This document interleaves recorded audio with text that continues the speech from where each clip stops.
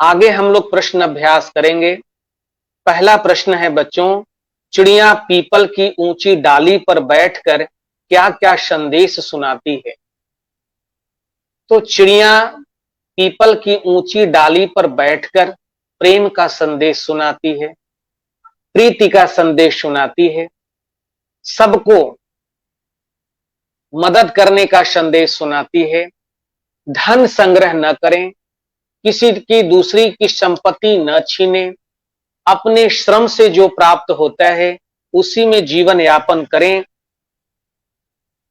मिलजुल कर रहें, मिलजुल कर खाएं पिएं, आपस में तनाव, घृणा, द्वेष, नफरत, भेदभाव न रखें, बल्कि मिलजुल कर रहें, मिल बांट कर खाएं। चिड़िया अपनी बोली में यही संदेश सुनाती है। अगला प्रश्न है, निम्नलिखित पंक्तियों के भाव स्पष्ट कीजिए। कुछ कविता की पंक्तियां हैं, उनका भाव स्पष्ट करना है।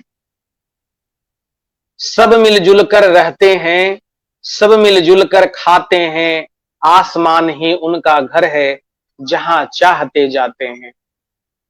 इन पंक्तियों का भाव यह है कि जिस तरह से पक्षियां मिलजुल कर रहती हैं, मिलजुल कर खाती हैं, उसी तरह से मनुष्य को भी आपस में मिलजुल कर रहना चाहिए, मिल बांट कर खाना चाहिए और मुक्त रहना चाहिए, अपने विचारों से मुक्त रहना चाहिए। उसके विचार आसमान की तरह ऊंचे और निर्मल होना चाहिए और मनुष्य को यह चाहिए कि आपस में भेदभाव, ईर्ष्या, द्वेष न रखे, मिलजुल कर रहे। इन पंक्तियों का भाव यही कुछ है। आगे है, जो मिलता है अपने श्रम से उतना भर ले लेते हैं, बच जाता तो औरों के हित उसे छोड़ वे देते हैं। चिड़ियों का यह गुण है कि अपना श्रम से ही वह जीवन यापन करती हैं। इन पंक्तियों के माध्यम से पक्षियों के लक्षण को बताकर कवि यह मनुष्यों को सीख देता है कि हे मनुष्य, जो मिलता है, जो तुम अपने श्रम से प्राप्त करते हो, उसी में तुम्हें संतोष करना चाहिए, उसी में तुम्हें शांति और आनंद से गुजर बसर करना चाहिए। और भी जो बच जाता है उसमें वह दूसरों के लिए, दूसरों की भलाई के लिए, दूसरों के हित के लिए, कल्याण के लिए तुम दे दो। यही भाव है इस कविता की पंक्ति का। आगे है बच्चों, निम्नलिखित स्थानों की पूर्ति कीजिए। उनके मन में लोभ नहीं है, और फिर खाली स्थान है, तो इसके बाद होगा पाप नहीं, परवाह नहीं। आगे है जग का सारा माल हड़प कर, फिर आगे रिक्त स्थान है तो उसमें होगा जीने की भी चाह नहीं, यह भरा जाएगा। अगला है, वे कहते हैं मानव सीखो, खाली स्थान है तो उसमें भरा जाएगा तुम हमसे जीना जग में। और अगली पंक्ति है, हम स्वच्छंद और क्यों तुमने, तो खाली स्थान होगा डाली है बेड़ी पग में, ये वाक्य भरा जाएगा। आगे है बच्चों, पाठ से आगे का प्रश्न है, आजकल पक्षियों की संख्या कम होती जा रही है, इसे रोकने के लिए आप क्या सुझाव देना चाहेंगे। तो सचमुच आज पक्षियों की संख्या कम होती जा रही है, इसे रोकने के लिए हमें, जो संख्या कम होती जा रही है, इसे रोकने के लिए हमें ज्यादा से ज्यादा वृक्षारोपण करना होगा, पेड़ पौधे लगाने होंगे, ताकि जितने हरे भरे पेड़ होंगे, पौधे होंगे, उतने ही पक्षियां उस पर निवास करेंगी, गुजर बसर करेंगी। हमें नदी और तालाबों को भी जिंदा रखना होगा। जो हमारे जलाशय हैं उसमें जो अपशिष्ट पदार्थ, कूड़ा करकट, कचरा भर जाता है, उसके जल धारण की क्षमता घट जाती है, नदियों का पानी सूख जाता है, आहर पैन पोखर का पानी सूख जाता है। इसके पीछे कारण है कि हम उसका अतिक्रमण करते हैं, मिट्टी भरकर अपना उपयोग में लाते हैं, उसमें गंदगी भर देते हैं, कूड़ा कचरा का ढेर भर देते हैं। तो यह सब जो हमारा तौर तरीका है, इस तौर तरीका को बदलकर हम पक्षियों को जो संख्या घट रही है उसे हम नियंत्रित कर सकते हैं। क्योंकि जब पक्षियों को पेड़ पौधे मिलेंगे, जल मिलेगा, तो उनका जो संख्या है, जो प्रतिकूल जो प्रभाव उन पर पड़ रहा है, वह प्रतिकूल प्रभाव नहीं पड़ेगा। गर्मी के दिनों में हमें यह भी चाहिए कि अपने छत में पर पानी रखें, अनाज के दाने रखें, ताकि गर्मी के दिनों में जो पक्षियां प्यास से भूख से मर जाती हैं, दाना और पानी अगर उपलब्ध हो तो उनका जीवन बच सकता है। तो हम ऐसे उपाय करके पक्षियों की जो संख्या घट रही है उसे हम नियंत्रित कर सकते हैं। अगला प्रश्न है बच्चों, कविता में से उन पंक्तियों को छांटिए जिनमें चिड़ियों को स्वच्छंद रूप से खुले आकाश में उड़ने की बात की गई है। तो खुले आकाश में उड़ने की बात की गई है कि सीमाहीन गगन में उड़ते निर्भय विचरण करते हैं। इन पंक्तियों से उनके स्वच्छंद और खुले आकाश में उड़ने की बात की गई है। दूसरा है, मनुष्य को दुश्मनी की भावना छोड़ने की बात कही गई है। तो दुश्मनी की भावना यहां पर छोड़ने की बात ही की गई है कि मनुष्य को दूसरों के साथ अन्याय का व्यवहार नहीं करना चाहिए। कहता है, वह जग के बंदी मानव को मुक्ति मंत्र बतलाती है। ये पंक्तियों से भाव स्पष्ट होता है।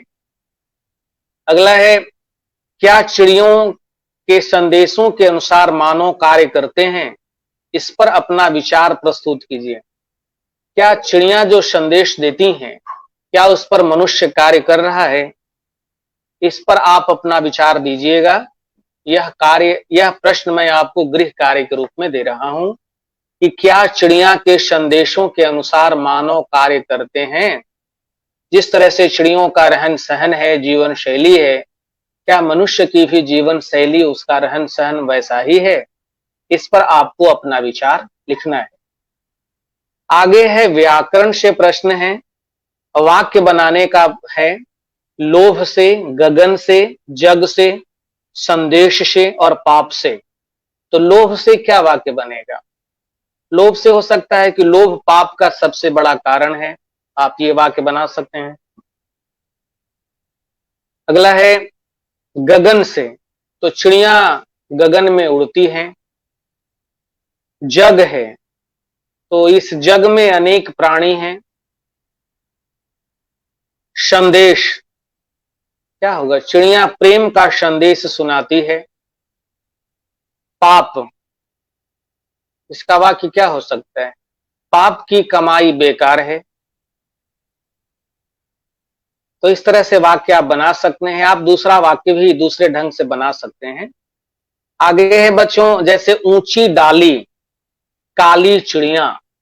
तो डाली के पहले ऊंची और चिड़िया के पहले काली, ये जो शब्द हैं, यह शब्द है विशेषण। विशेषण वह शब्द है जो संज्ञा या सर्वनाम की विशेषता बताता है, गुण दोष बताता है। तो डाली कैसी है? तो ऊंची है। तो ऊंची डाली की विशेषता बता रही है, इसलिए ऊंची जो शब्द है वह विशेषण है। काली चिड़िया, चिड़िया कैसी है? तो काली है, काले रंग की है। तो चिड़िया की विशेषता है यह, तो काली यह विशेषण है। तो इसी तरह से इस कविता में कई विशेषण हैं, उसे आपको चुनना है। यहां पर भी कुछ है, जैसे मानव, मानव की विशेषता यहां पर क्या है? तो बंदी मानव, मानव का विशेषता यहां बंदी है, तो बंदी विशेषण हुआ। पीपल, तो पीपल का विशेषता यहां क्या, विशेषण क्या है? ऊंचा, ऊंचा पीपल।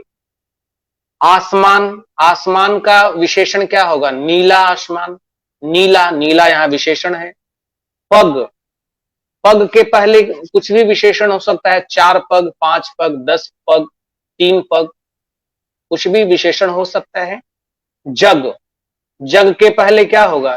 सुंदर जग, जग माने संसार, संसार कैसा? सुंदर। तो जग के पहले सुंदर अगर हम लगाते हैं तो सुंदर विशेषण होगा। हंस, हंस के का विशेषण लगा बताना है तो हंस के पहले हम शब्द लिख दें अगर सफेद, तो सफेद हंस का विशेषण होगा। तो सफेद यहां पर विशेषण शब्द है।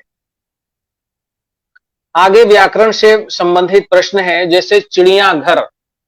तो चिड़ियाघर में बच्चों दो शब्द है, एक चिड़िया है और एक घर है। चिड़िया और घर को मिलाने से एक नया शब्द बना चिड़ियाघर।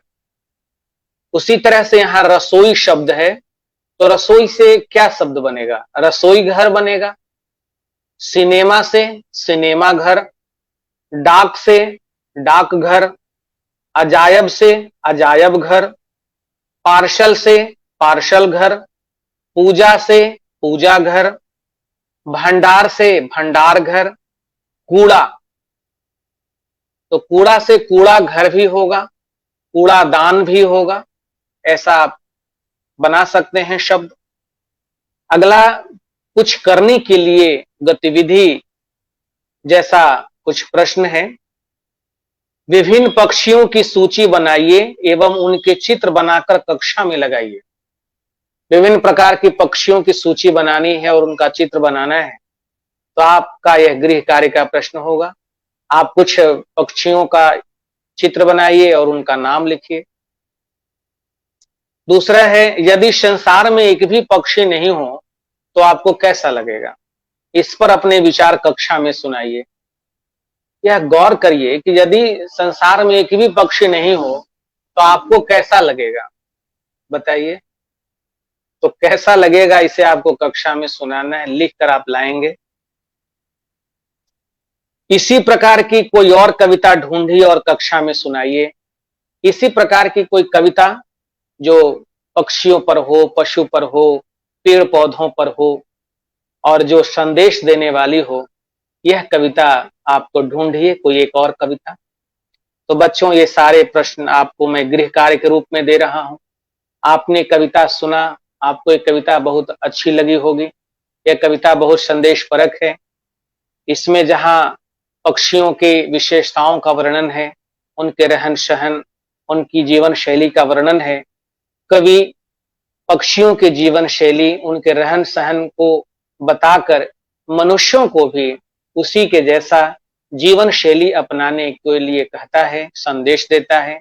वह कहता है कि जिस तरह से यह कविता बताती है कि जिस तरह से पक्षियां मिलजुल कर रहती हैं, मनुष्य को भी मिलजुल कर रहना चाहिए, मिल बांट कर खाना चाहिए, आपस में ईर्ष्या द्वेष भेदभाव नहीं रखना चाहिए। मनुष्य को यह चाहिए कि वह जिस तरह से पक्षियां खुद श्रम करती हैं, खुद मेहनत करती हैं और अपने श्रम और अपनी मेहनत से जितना वो अर्जन करती हैं, उसी में अपना जीवन यापन करती हैं, उसी तरह से मनुष्य को भी अपने श्रम पर विश्वास करना चाहिए। अपनी कमाई, अपनी मेहनत से जो संग्रह होता है, जो कमाई होती है, उसी में जीवन यापन करना चाहिए। दूसरे के धन, दूसरे की संपत्ति को हड़पना या छीनना नहीं चाहिए। मनुष्य को यह चाहिए कि अपने विचारों से मुक्त रहे, अपना स्वच्छंद जीवन यापन करे। तो इस तरह से मनुष्य एक दूसरे से प्रेम करे, प्रीतिकर व्यवहार करे। कई प्रकार की शिक्षा इस कविता के माध्यम से कवि देता है, पक्षियों के जीवन शैली को बताकर। तो बच्चों, अब मैं यह कक्षा यहीं समाप्त करूंगा। आपका यह जो कक्षा है, इस कक्षा में आपने चिड़ियों के माध्यम से एक जीवन शैली के बारे में सुना है। तो बच्चों, आप सबों का बहुत बहुत धन्यवाद, बहुत बहुत शुभकामनाएं। शुभ रात्रि।